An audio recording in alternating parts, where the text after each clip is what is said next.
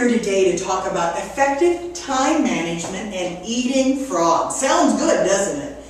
Well, what we're going to be covering is I want to do a bit of an introduction to myself, who I am, why I do this, and what business coaching is all about.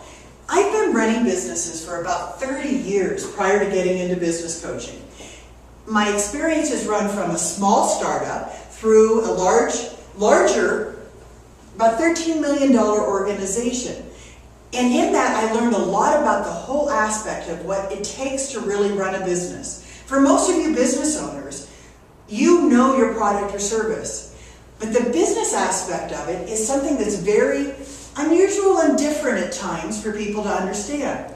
And as a coach, my vision for my business is to make a difference in business owners' lives and to be used by God to impact those same lives.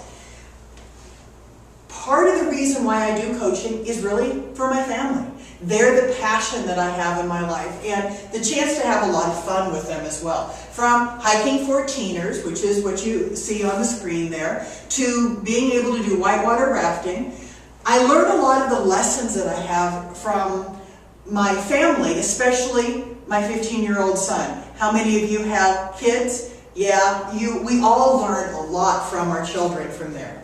My client successes range from small startups to executive environments where I'm coaching project managers, executives, business owners on what they need to do to grow their business.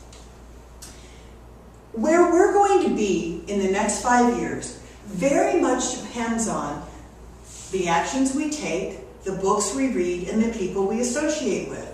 And that becomes really critical because if we're like trees, people are like trees, we're either growing or dying. And if we're not reading, if we're not expanding ourselves out of our comfort zone, then we don't have the same ability to grow that we should. And that's absolutely critical from our business perspective.